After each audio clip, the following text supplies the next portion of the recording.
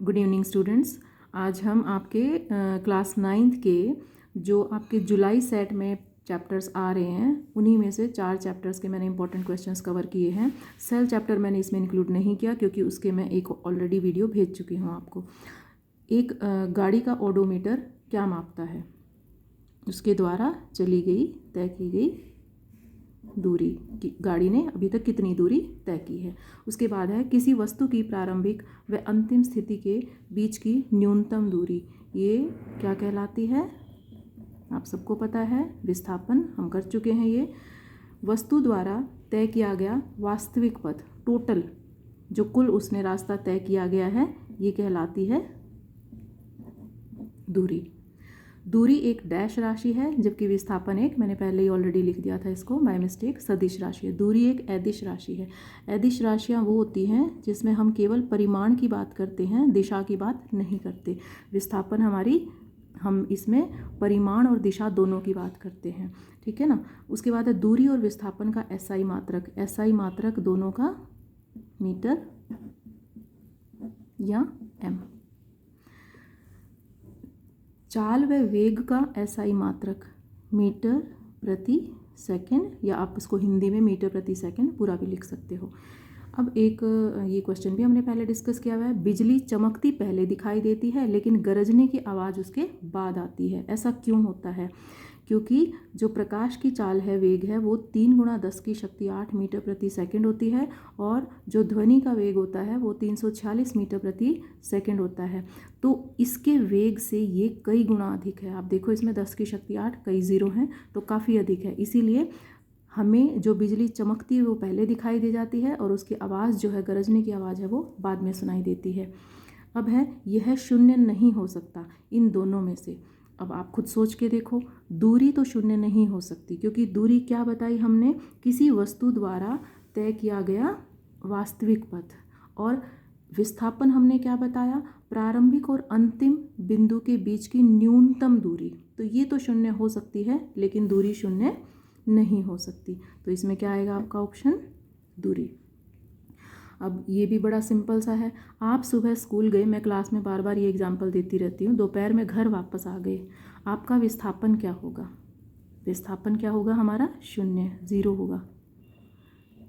दूरी तो हमारी टोटल आ जाएगी, जितने हमारा घर से स्कूल की दूरी है वो प्लस स्कूल से वापस घर गए, वो दोनों ऐड हो जाएंगी, वो तो हमारी आ गई दूरी। लेकिन विस्थापन हमने क्या लिखा है? विस्थापन के बारे में प्रारंभिक और अंतिम बिंदु के बीच की, अंतिम स्थिति के बीच की न्यूनतम दूरी। तो ये हमारी जिस बिंदु से चले थे हम उसी पे पहुंच गए, घर से ही चले थे, घर पे ही वापस पहुंच गए, तो शून्य। यदि किसी वस्तु का चाल समय ग्राफ समय अक्ष के समांतर हो तो वस्तु में त्वरण होगा, ये भी हमारा क्या आ जाएगा? शून्य। देखो ये ग्राफ है, इस साइड हम चाल ले लेते हैं, इस साइड हम टाइम ले लेते हैं, और अगर ये ऐसे आ रहा है यानी कि जो चाल उसकी शुरू में थी वही अब है, बदल नहीं रही है, ना बढ़ रही है ना घट रही है, सेम है। तो इसका मतलब उसकी चाल नहीं बदल रही, वही है। तो इसका मतलब त्वरण क्या होता है? वेग परिवर्तन की दर को त्वरण बोलते हैं, ठीक है ना। तो इसीलिए क्या हो जाएगा हमारा? शून्य, ज़ीरो हो जाएगा। मीटर प्रति सेकंड स्क्वायर किसका एसआई मात्रक है? ये भी हम कर चुके हैं, त्वरण का। यदि किसी वस्तु पर लगने वाले सभी बलों का परिणामी बल शून्य हो तो वस्तु पर लगने वाले सभी बल क्या कहलाएंगे? संतुलित। वो एक दूसरे को बैलेंस कर रहे हैं, संतुलित कर रहे हैं और वस्तु गति नहीं करेगी। संवेग कैसी राशि है? सदिश या अदिश? हमें पता है संवेग का जो सूत्र होता है वो क्या होता है? P बराबर है m गुणा में v। v वेग है, वेग हमने ऑलरेडी पढ़ा है, कैसी राशि है? सदिश है। तो संवेग भी हमारी कैसी राशि होगी? सदिश राशि होगी। बल का एसआई मात्रक न्यूटन, या आप इसको सीधा n भी लिख सकते हो। ये हालांकि बहुत आसान क्वेश्चन है लेकिन बहुत सारे बच्चे ध्यान ही नहीं देते हैं, इस क्वेश्चन को भी गलत करके आ जाते हैं, इसलिए मैं बार बार इंक्लूड कर रही हूँ ये सिंपल क्वेश्चंस।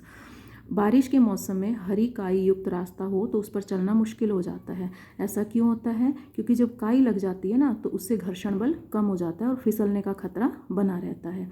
फिर ये क्वेश्चन है अगला, घोड़े के अचानक चलने पर उस पर बैठा सवार पीछे की ओर क्यों गिरता है? क्यों गिरता है? जड़त्व के कारण।